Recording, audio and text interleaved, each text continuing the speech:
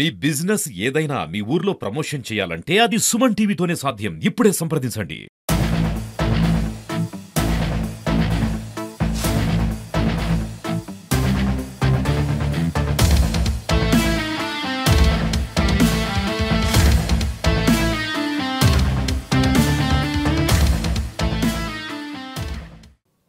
నమస్తే, welcome to Suman TV. ఉమ్మడి నిజామాబాద్ జిల్లాలోని చాలా ఏరియాలో కూడా సుమన్ టీవీ వెళ్తుంది. అక్కడ ఏవైతే కబ్జాలకు గురైన ప్లేసెస్ ఏవైతే ఉన్నాయో ఎక్స్క్లూజివ్గా మనం దృశ్యాలైతే మనము సుమన్ టీవీ వేదికగా మనం అన్ని చూపించే ప్రయత్నం అయితే చేస్తున్నాము. ప్రతి ఊర్లో ఏం జరుగుతుంది, ప్రతి పట్టణంలో ఏం జరుగుతుంది అనే దానిపైన అయితే ప్రతిదీ కూడా మనం చూపిస్తున్నాము. సో ఇందులో భాగంగానే మనము ఏదైతే బోధన్లోని పాండు చెరువుకు వచ్చినాం. సో పాండు చెరువు అనగానే చాలామంది అరే ఇదేం పేరు రా భయ్ అని చెప్పేసి అనుకుంటా ఉంటారు. సో పాండవులు ఒకప్పుడు వనవాసానికి వచ్చినప్పుడు ఏదైతే ఆ యుద్ధాల టైంలో పాండవులు కౌరవులకు యుద్ధాలు జరిగిన టైంలో ఈ చెరువు అనేది పుట్టింది అనేది మనకు చరిత్ర చెప్తుంది. సో ఇందులో భాగంగానే మనం ఇక్కడికి వచ్చినాము. ఇలా ఇంత ప్రతిష్టాత్మకంగా, ఇంత పురాతనమైన, ఇంత విశిష్టత కలిగిన చెరువు ఇలా కనుమరుగు కొన్ని రోజుల్లో అవబోతుంది అనేది నేనైతే క్లియర్గా చెప్తా ఉన్నాను. సో ఇందులో భాగంగానే మనం ఇక్కడికి వచ్చినాం. సో దీనికి సంబంధించిన పూర్తి డీటెయిల్స్ అయితే చెప్పడానికి మనతో ఇక్కడ ఈ గ్రామానికి సంబంధించిన సిటిజన్స్ అయితే ఉన్నారు, గ్రామస్తులు ఉన్నారు. ఒకసారి వారితో మాట్లాడదాము. అసలు పాండు చెరువు అన్న మీరు చెప్పండి. పాండు చెరువు అనగానే ఒక మంచి పేరుంది, పురాతన కాలం నుంచి కూడా మనం వింటూనే వస్తున్నాం. సో దీనికి అసలు ఏంది స్పెషాలిటీ ఏంది, అసలు దీనిది అసలు తరతరాలుగా ఎందుకు ఇంత ప్రాముఖ్యత అయితే ఉంది దీనికి? సుమన్ టీవీ తోటి ఈ బోధన్ సిటీ నడి బొడ్డున ఉన్నటువంటి పాండుచేరి, నేను బోధన్ మత్స్యశాఖ అధ్యక్షుడు కోటాబ్బయ్య. ఈ పాండుచేరి ప్రత్యేకత బోధన్ పట్టణ మేధావులకు కానీ అధ్యాపకులకు కానీ చాలా పెద్ద పెద్ద నాయకులకు కానీ దీనికి ఒక ప్రత్యేకత పాండు చేరుకున్నదని తెలిసిన విషయమే. అది ఏమిటంటే జూదం విషయంలో కౌరవులు పాండవులు జరిగిన టైంలో వాళ్ళు వనవాసం వెళ్తూ ఇక్కడ పాండిచేరి దగ్గర ఆగి ఇక్కడ 2 రోజుల నుంచి వారం వరకు ఉండి ఈ నీటితోటే వంటలు చేసుకొని తిని ఇక్కడ ఉండి ఇక్కడ నుంచి మాహూర్ అని చెప్పేసి కిన్వాడ్ మండల్ మహారాష్ట్రకు వెళ్ళి అలా వంశీయులైన సూర్య భగవాన్ని అక్కడ రాయిపైన చెక్కి అక్కడ కూడా అలా వంటలు చేసుకున్న పొయ్యిలు కూడా ఇప్పటికి కూడా ఉన్నాయి. నేను ప్రతి సంవత్సరం ఆవరం వెళ్తా చూస్తా కాబట్టి ఈ పాండు చెరువు ఏదైతే ఉందో ఆ పాండవులు ఇక్కడ వండుకున్నారనే పదంతో ఆ పాండవులు రకాస్పేటలో గల భీముడు గుట్ట అనేది ఉంది. ఆ భీముడు ఆ పేరు కూడా వచ్చేసింది. రకాస్పేటలో బకాసురుడు ఇంటికి ఒక మనిషిని బండెడు అన్నంని తీసుకురావాలని చెప్తే ఆ రోజు అమాయకమైన వాళ్ళ ఇంట్లో ఎవరు లేరు, ఆయన ఒక్కోడే ఏడ్చుకుంటూ బండెడు అన్నాన్ని తీసుకొని ఆహారంగా వెళ్తూ ఉండే సమయంలో కృష్ణుడు భీముని ఆయన ద్వారా అతనికి బదులుగా భీముడిని పంపించడం జరిగినది. ఆ సమయంలో ఆ రకాస్పేటలో ఉన్న బకాసురుణ్ణి ఎన్నో రకాలుగా చంపి పడేసినా కూడా ఆయన చావ అనే దృక్పథం ఉండే. అటువంటి మళ్ళా కృష్ణుడు ఆయన ఏ విధంగా సస్తాడు అనే పదం మీద ఒక గడ్డి పొరకతో చూపించడం జరిగింది. ఒక గడ్డి పొరకను తీసి ఈ విధంగా 2 ముక్కలు చీల్చి ఒకటి ఇటు పడేస్తే ఆ విధంగా ఆయన అక్కడ చనిపోవడం జరిగింది. అలాంటి భీముడు, అలాంటి పాండవులు ఉన్న ఈ పాండి చెరువు పేరు రావడం జరిగింది. ఇలాంటి గొప్ప చెరువు 109 ఎకరాలు ఈరోజు మనం చూస్తున్నాం. మీడియా పరంగా కానీ ఇక్కడ రైతుల పరంగా కానీ ఇక్కడ రాకపోకల వాళ్ళు ఇప్పుడే ఇందాకనే సబ్ కలెక్టర్ గారు వెళ్ళారు. ఇది 109 ఎకరాల భూమి. ఈ నుంచి ఇది బైపాస్ కూడా అంటారు. పెద్ద పెద్ద వెహికల్ కడికించి పడితే అందరు చూస్తూనే ఉంటున్నారు. ఇది ఇంచుమించు 30 ఎకరాల కంటే ఎక్కువ లేదు ఇప్పుడు. అంటే ఇంత జరుగుతుంది అంటే దాదాపు 109 ఎకరాల విస్తీర్ణంలో ఉన్న ఈ చెరువు ఎంతో ప్రాముఖ్యత ఉంది, దీనికి ఒక చరిత్ర ఉంది. మరి దీన్ని ఎందుకు ఇట్లా కబ్జా చేస్తున్నారు అని చెప్పేసి మీరేమైనా ఇప్పుడు ఈ లైన్లో చూస్తే దాదాపు కొన్ని 100 ఇండ్లు అనేవి మాకు కనిపిస్తూ ఉన్నాయి. సో వాళ్ళతో మీరు ఏమైనా మాట్లాడడం జరిగిందా? అసలు మేము ఈ చెరువుకు 1963 నుంచి మేము గస్తీదారులుగా కూడా పనిచేసుకుంటూ ఇప్పటి వరకు కూడా గస్తీదారులను కూడా ఇక్కడ ఏర్పాటు చేయడం జరిగింది.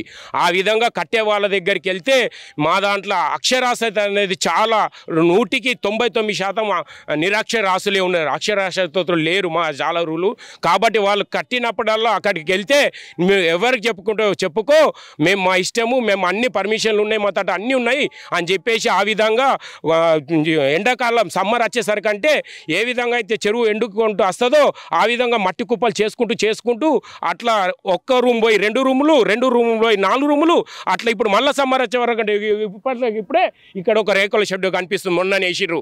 మళ్ళీ ఇప్పుడు ఎండాకాలం వచ్చేసరికి అంటే ఎటువంటి పారకాలు లేవు, పారకాలు వచ్చే నాళాల మీద కూడా కబ్జాలు చేసి ఆ నాళాల మీద ఇండ్లు కూడా కట్టడం జరిగింది. మరి ఇంత జరుగుతుంది, ఇంత జరిగినప్పుడు అసలు అధికారులు ఏం చేస్తున్నారు? అంటే నిద్రపోయారు అనుకుంటున్నారా బోధనలో? మరి ఇది సిగ్గుచేటు, అది తెలియాలి వాళ్ళకు. ఇది చాలా సిగ్గుచేటు. ఎందుకంటే ఏ డిపార్ట్మెంట్లో ఎంత మెంబర్స్ ఉన్నారు, ఆ మెంబర్స్ వాళ్ళ పని రీతి తనం చేస్తున్నారా లేదా, ఇది ఇరిగేషన్కు సంబంధించింది ఉంది.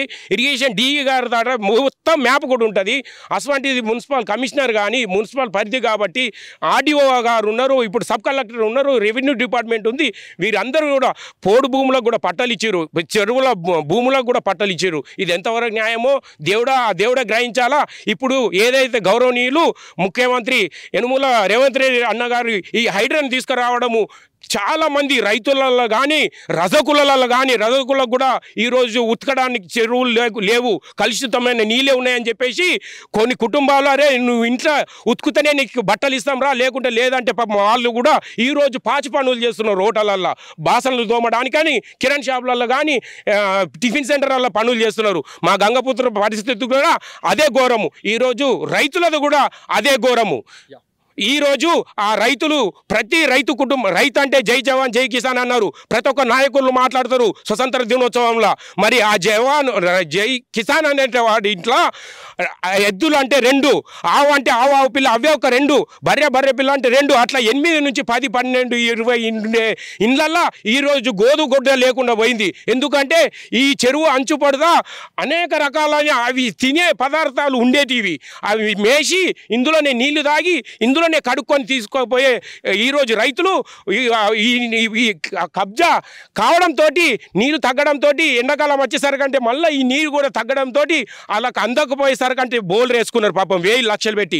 బోల్ వేసుకున్నాక కూడా ఎండాకాలం కూడా అలా బోల్ ఎత్తేయడంతో ఈ నీళ్ళు కూడా అందక వాళ్ళు కొందరు ఆత్మహత్యలు కూడా చేసుకున్న రైతుల పేర్లు కూడా మా దగ్గర ఉన్నాయి.